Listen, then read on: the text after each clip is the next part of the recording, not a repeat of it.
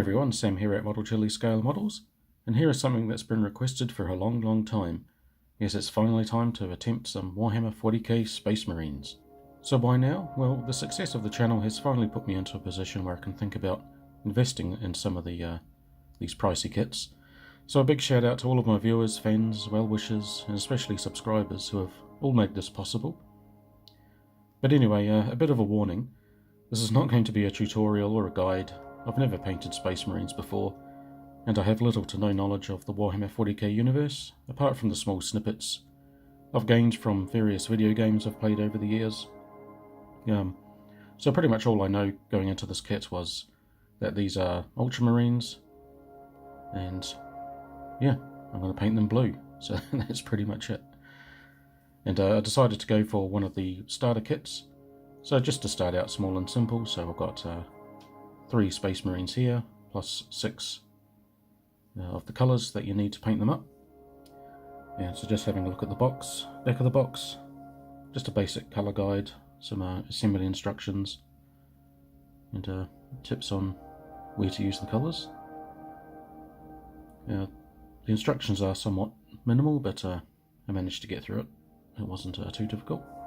These I think are easy to build Space Marines. And so having a look inside the box,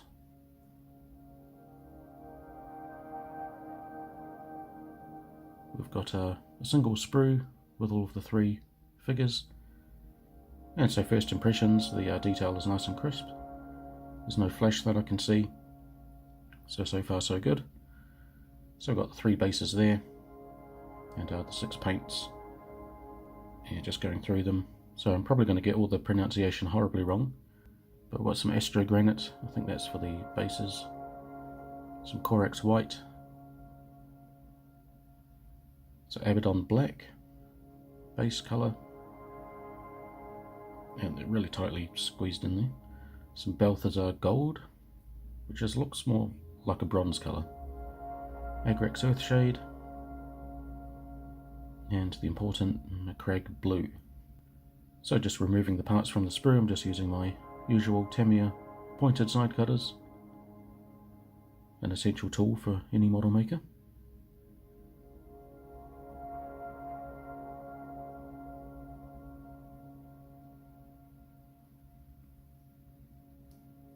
And I just clean those up by snipping off the excess sprue.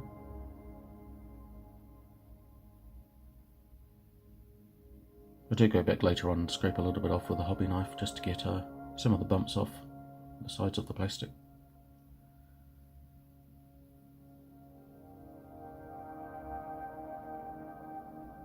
And starting to put together the figurines. The fit was nice and snug, although I think I used the wrong head on this body because it's just kind of loosely wobbling around inside the chest area, so I think that was the first mistake I made building this kit, and it certainly won't be the last. And because there's a peg underneath the head neck area, you can't just pull it out again unless you snap it off. And so I didn't glue any of these pieces because, as you'll see later on, I removed some of them just to ease painting.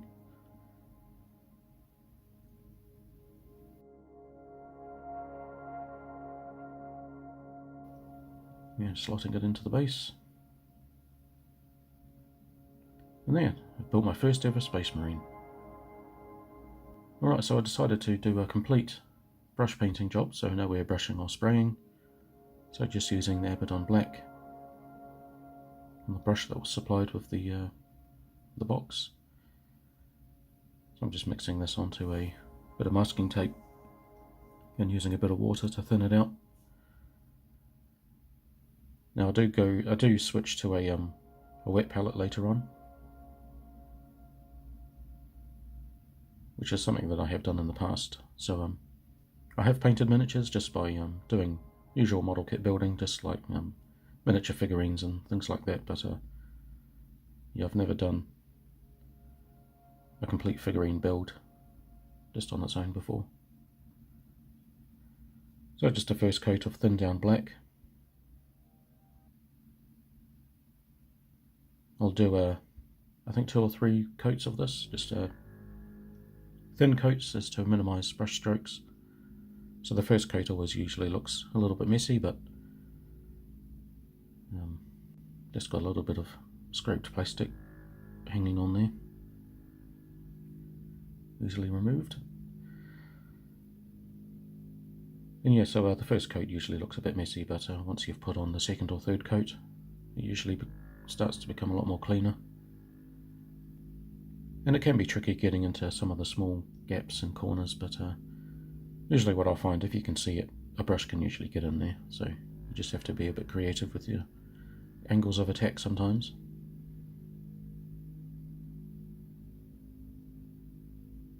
And yeah, so I did buy this Citadel base holder while I bought this kit, so that was really handy, so I don't have to get my fingers in the way.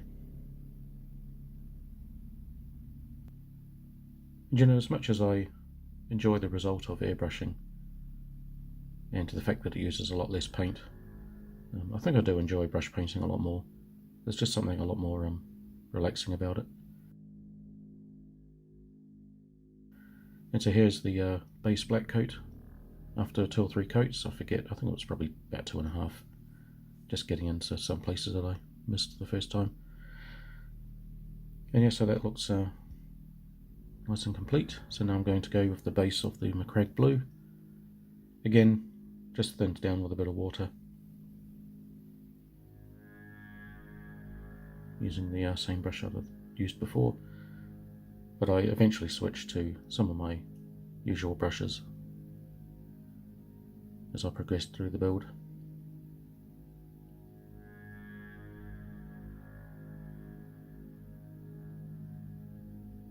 And so as before, just multiple thin coats, so I'm not too worried about getting 100% coverage on this layer. So just wanted to get the big basic surfaces coloured in, and then I can just sort of poke in with the blue later on and all the little nooks and crannies that I missed the first time around.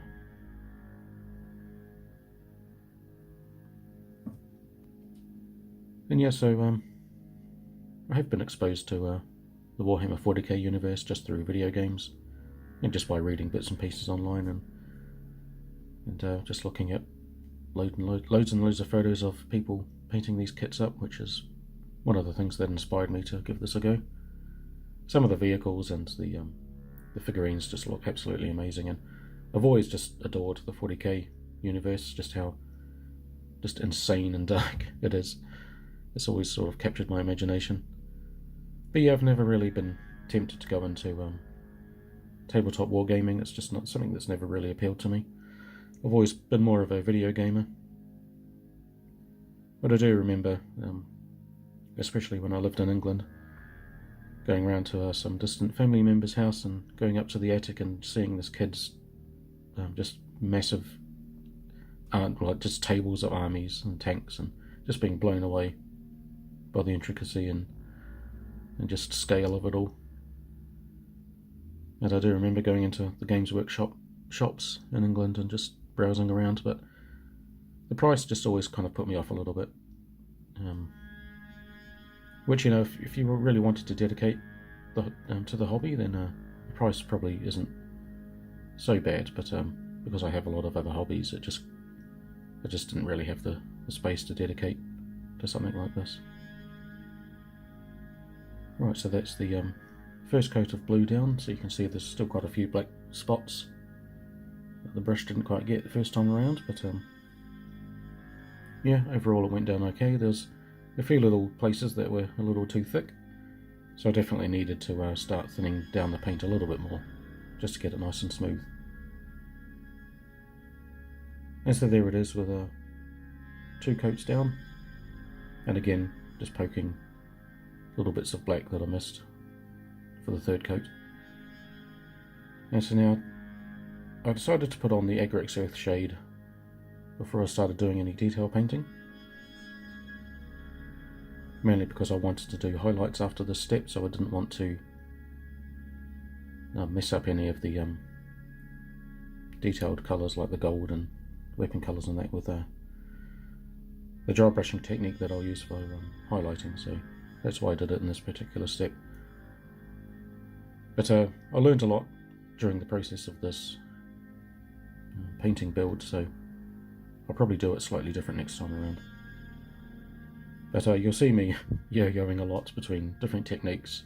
I haven't quite decided or made up my mind about how to approach this yet. It was more of this is mainly just a big experiment, so like I said, please do not treat this as a tutorial because I have no idea what I'm doing at this stage. I'm just using techniques that I've done for years on larger scale model kits, which doesn't always translate to these miniatures. So yeah, so here's my first attempt at highlighting. So I just got the McRed blue and mixed it with the white in a sort of a 1-to-1, just to make a lighter blue because they didn't provide one with the box, so you just have to make your own. And so yeah, I'm just dry brushing on lighter blue to pick out some highlights. I think mostly it worked okay, but I wasn't really happy with it in the end. So after this is done, I sort of went back and tidied up a lot of it.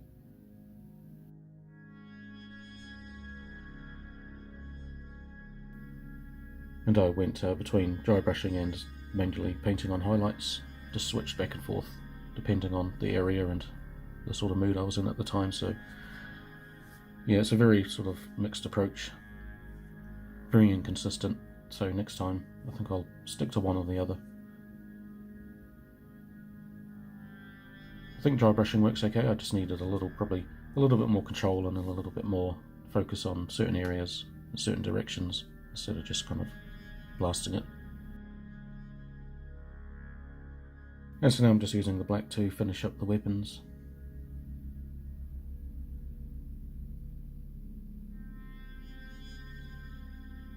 Trying to keep it in camera. One of the things that's really difficult about my setup is I have to paint behind the camera, well, the phone, which is right in front of my face, so it can be a little bit difficult in times, which is why I don't do this often. But maybe a better setup will help with that, should I continue these in the future. And so here I'm using the Balthazar Gold. And yeah, it's more of a bronzy copper colour, especially in once it's dried. But I still think it looks okay. And so there's the shoulder pauldron ridges done. And so now I'm using this Reichland Earthshade, which I bought a couple of years ago for a different project. I'm just using that to give a shade to the gold parts. Just something that's kind of brownish.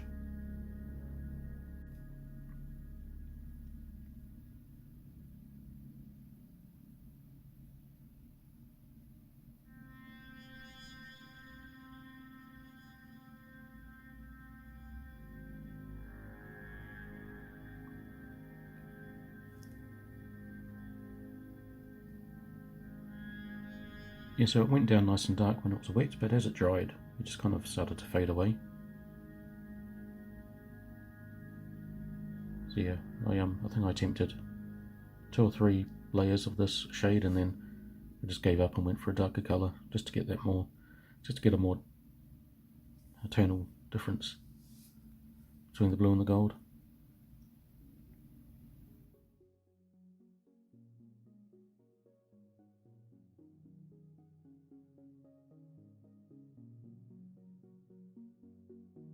And so here I've got the Nolan Oil shade, which I bought a couple of years ago for something else.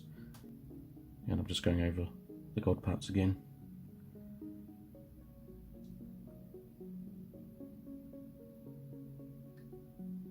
Which came out a little better.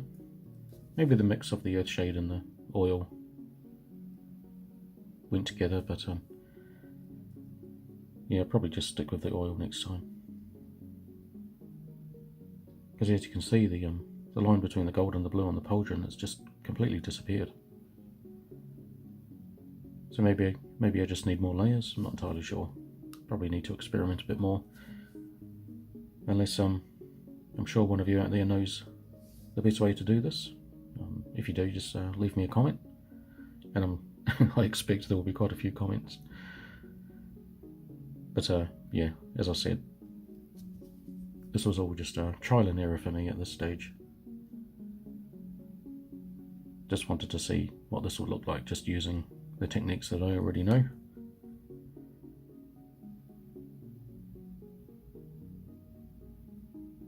But I fully expect a lot of feedback and constructive criticism. So yeah, please let me know how to do it better, what I've done wrong, what I've done right would be nice. Because overall I was pretty happy with how it looked, but yeah, it's nowhere near the level of some of the paint jobs that I've seen out there. And I went in and painted some of the weapon details with the lead belcher colour, silvery colour. So on the bolter there, and the swords of the chainsword. I'm not exactly sure what that's called. I do remember using it in Space Marine video game a lot. And switching to Vallejo Model Air Aluminium, which is a nice lighter, thinner silver colour. I'm going to do the eyes, so I'm just going to first put a little spot of aluminium on each eye lens, as careful as I can. Of course that was a bit messy, but I can always clean it up later on.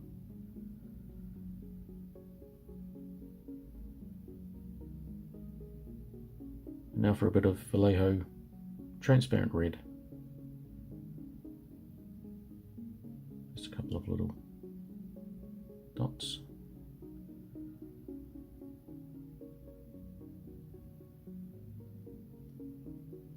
And there, so the attempt was to get a nice kind of sheening red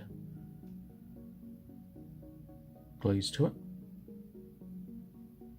which kind of works. It's not quite as doesn't pop quite as much as I would have liked, but there you go. And using the same Vallejo aluminium that I just used before, I'm just dry brushing on some silver highlights to the gold parts.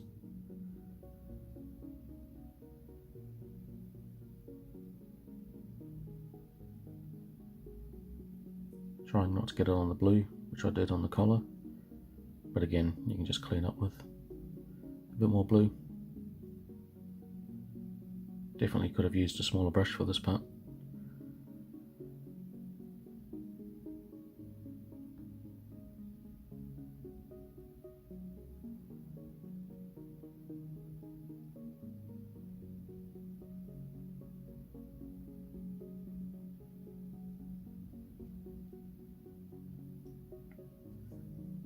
And just going back with a brush and just manually painting on some highlights with the aluminium, going over the edges of these pauldron ridges.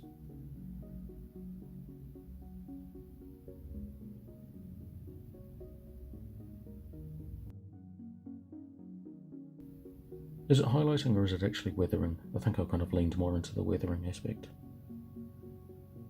So it's kind of like gold-plated material that's scraped away. And so here I'm just manually painting on the highlights, some of the highlights with a brush. So I'm mixing up my technique of dry brushing and manual highlighting, which had mixed results.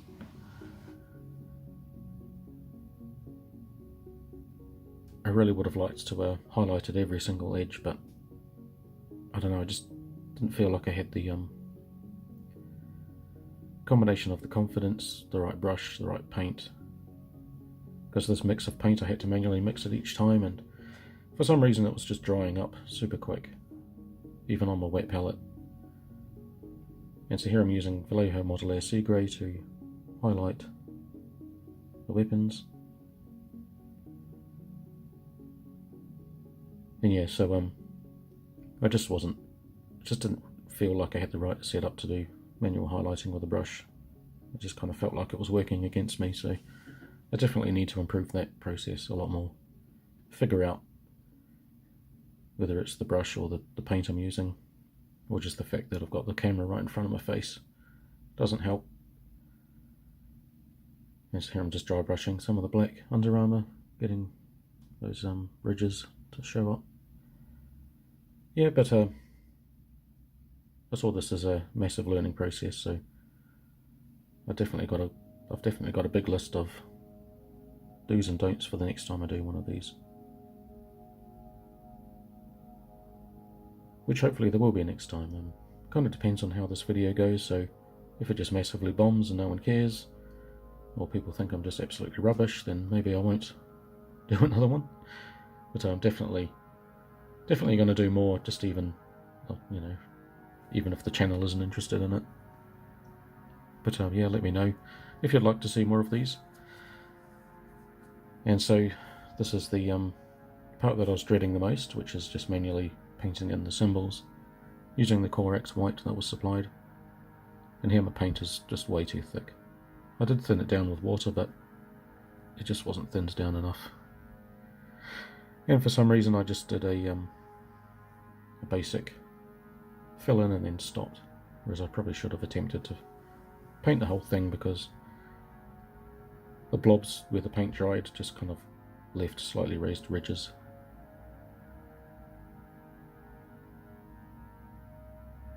So here, doing the Ultramarine symbol, which is kind of like an upside down Omega letter. So if anyone knows why that is, feel free to let me know. I guess it could just look like a big U for Ultramarine, I'm not sure. Right, so there's the white symbols finished, and then I went in and did a shade using the Nolan oil. Just attempting to sort of clean up the rough edges of the white. I'm not sure if this was such a good idea or not. Maybe I just need to get better at painting the white symbols. It's using Vallejo Model Air German Red Brown. I first decided to dry brush on some brown for these weapon holsters and packs, just to keep them black but give them sort of a brownish leather sheen, so it's like really, really dark brown. But I kind of wasn't happy with it in the end, and then I eventually just painted over them with the red brown to make them completely brown. So yeah, as I said before, a lot of trial and error, a lot of sort of deciding to do things differently as the build went on, so it definitely shows in the end result that it wasn't a completely thought out and clean job, but so hopefully the next one will be slightly more refined. Yeah, so I'm using the mix of the light blue, just doing a bit of manual battle damage, just a few scrapes and scars.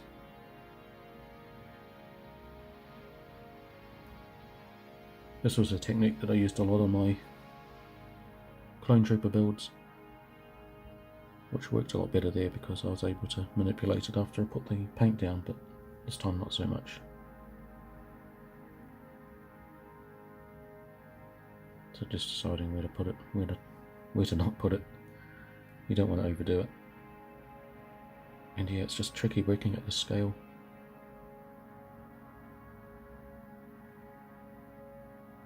I tend to prefer slightly larger brushes with a really fine tip than a small, tiny brush. And so here I am, just painting over the brown. And I'll do at least 2 coats of this to get it complete.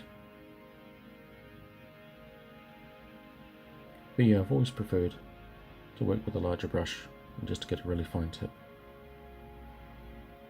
Like my partner, she uses really, really tiny brushes, just almost like, a couple of bristles thick. I don't know, I've just never really been able to make those work for me. Maybe I'll give them another go when I do my next miniature. And so here, just painting in the belt. So a lot of this is just me sort of browsing photos of people's painted miniatures and just picking out little details that I hadn't really noticed before. So it's just me going back in and adding in a few extra details, thinking, you know, it would look better with a bit more colour, a bit more variation in certain places.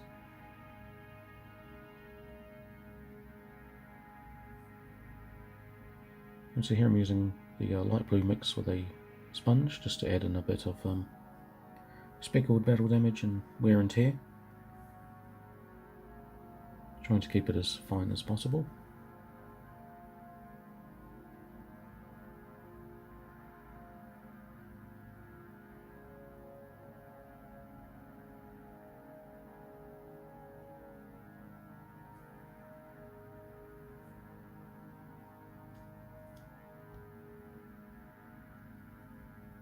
And so here I'm using a pin vise to drill out the muzzle of the bolter through the sides, and also go in through the front as well. And don't worry, I don't drill my finger, I move my finger out of the way eventually, once it pokes through. I just needed a bit of stability to secure it. And so there you go, you can see the hole through the end there. And so I'm using some Zandri dust, again, paint that I bought a while ago, just to dry brush on some highlights for these brown holsters and ammunition packs, etc.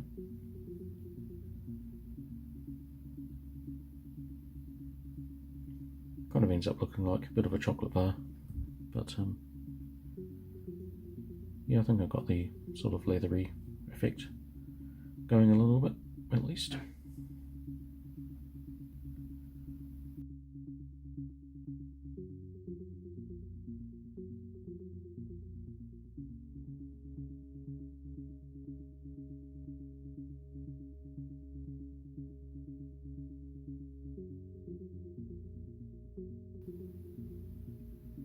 Yeah, so it's finally time to do the base. I'm using the Technical Astro Granite, just to slop on some nice grey earthy rocks. Kind of imagine these guys are running around on sort of a moon of some sort.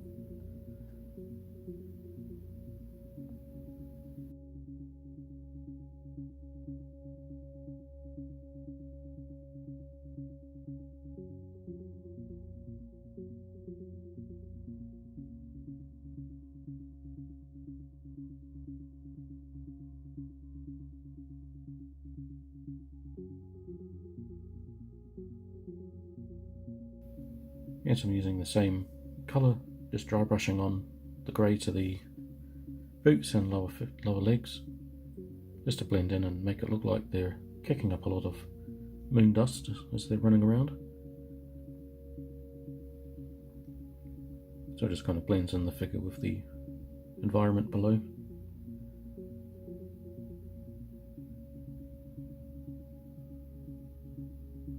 As you can see, I've pretty much destroyed the supply brush by that point. Just doing a lot of that dry brushing. And going back to the sponge, I dabbed on a little bit of black just to add to the wear and tear of these battle-hardened Space Marines.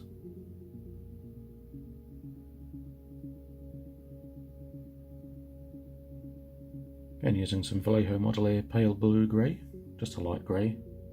I dry brushed over the textured base, which just helps the detail pop out a little bit more.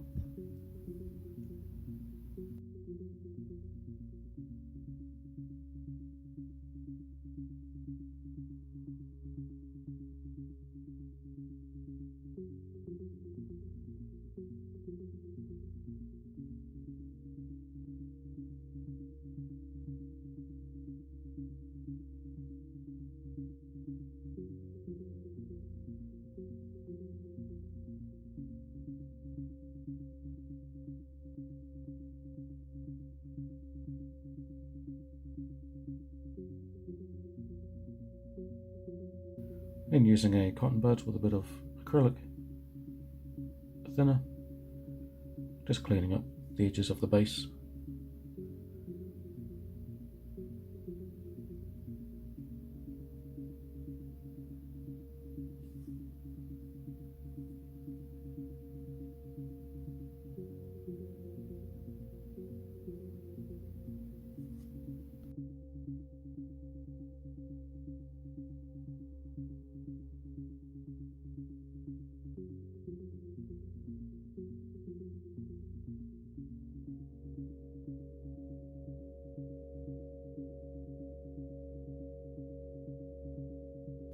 And there it is, my first ever Space Marines. So as always, I'm keen to know what you guys think. I know there's at least a few 40k fans among you, so I'd love to get your opinions on my feeble first attempt.